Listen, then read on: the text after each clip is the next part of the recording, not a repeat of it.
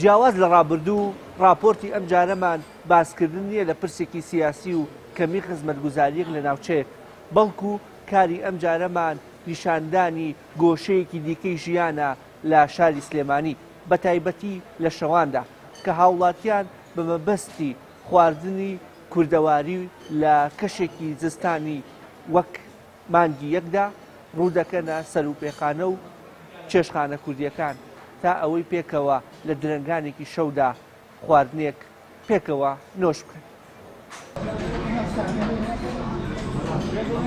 وەک هەمیشە شاری سلێمانی و دانیشتوانەکەی خاوەن تایبەتمەندی تایبەت بە خۆیان بوون و هەر ئەوەش لە شار و ناوچەکانی دیکەی جیا کردوونەتەوە.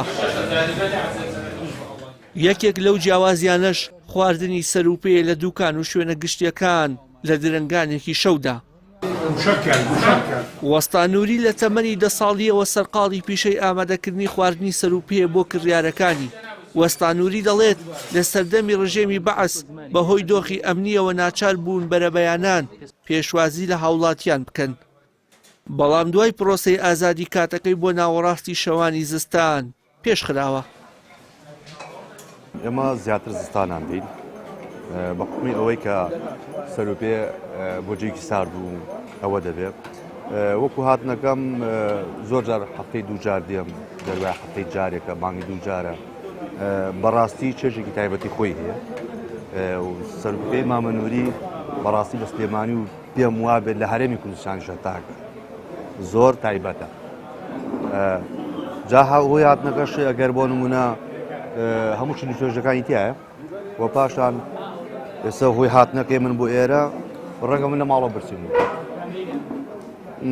عادەتەن کە هەڵی شتێکم بەدروستکە ئێستا تۆزە وای لێ هاتووە لە ماڵەوە ئەڵێ ئاندۆمیە خۆی بەڕاستی تا چێژێکی تایبەتی لێ ئەبینم و جاوەکەشی باراناوی و بە فرو سەرما بێ ئەوە هەر زیاتر خۆش بە تایبەتە و کاتەی کەیتە دەرەوە دامە هەڵماکە زۆر تایبەتە. من بە ئامیان بۆ ئێرە بە ئامیان لە هاوینشا هەردێم، بەڵام لە هاوینە کەمتر لەبەرەوەی ماشەڵڵا جیپەیەکی هەیە بەڕاستی دەردی کابرای کوردە ئەڵێ ئەگری. بەشێکی دیکە لە هاوڵاتیان بە مەبەستی بەشداریکردنی ماڵەوەیان لە خواردنەکەی نووری بە مەنجەڵ و کیسی لایلۆن سەرروپێکە دەبنەوە و لەگەڵ ماڵەوە نوۆشی دەکەن. هەتاکو تەقریبەن نزیکەی 2000 بەرەبانیان بەو کاتە لە دوای 2000وانەیە کەوتیتەوەی کە ئەم مەخانە بین بردەوە داهاتوو دەپێشەوە بە حکومەی خەڵک لە خۆشییا بۆی ئازادی بۆ لە دەرەوە شەو لە دەرەوە بووە گەیشتە ئەمە هێزا لە سەعاتەی شەوەی کێنەوانێت ناگاتە دوو تەواو بێت. بەزان ئەو سەردەمەوا بوو لە سەعات مەلابانانەوە هاتین سەعات 3ەوە هاتین دەستمانەکە تا 8 ئەوە شێوەیە کاتی فەسڵەکان جیاوازە. ئێستاستان باشترێکە لەوەی لە هاوینەکە کەمتر لە بۆ حکومی گەرماکەوە هەر پێ نگەهێنشەوە ئێمە ئیشەکە ئێمە با وەکو ئێستا نییە خواردەکەی. الحەمدوللا لەخوا بەزەرسای ئەمە لێرە شەوانە حەو کەسین هەمووی یەک خێزانین با وەکو یەک خێزانمان لێ هاتووە.